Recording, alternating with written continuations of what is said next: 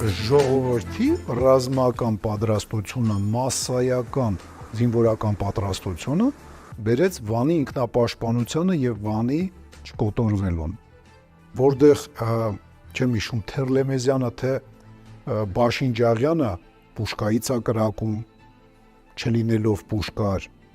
ես դրա կողմնակիցն եմ, մասսայական զինվորական պատրաստություն եւ ոման համատարած մասսայական ռազմական պատրաստության մասին է։ Վերջին Արցախյան պատերազմը դա ապացույցեց, որ մարդիկ, որոնք որ ոմայի թոբով անցել են, շատ ավելի պատրաստված են եղել այն ամենին, ինչ տեղի ունեցավ մեր երկրի եւ նրանց հետ։ Մարտի դաշտը դա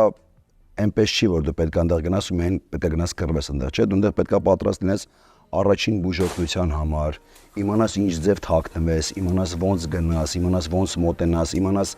ձայները տարբերես, խրամատը այդ կացրանից տարբերես, ավտոմատը պուշկայից տարբերես, լիքը բաներ կա, որ այդ կրթությունը չեմ ստացել, հիմա փորձում եմ այդ ծառավը իմ մեջ լրացնել։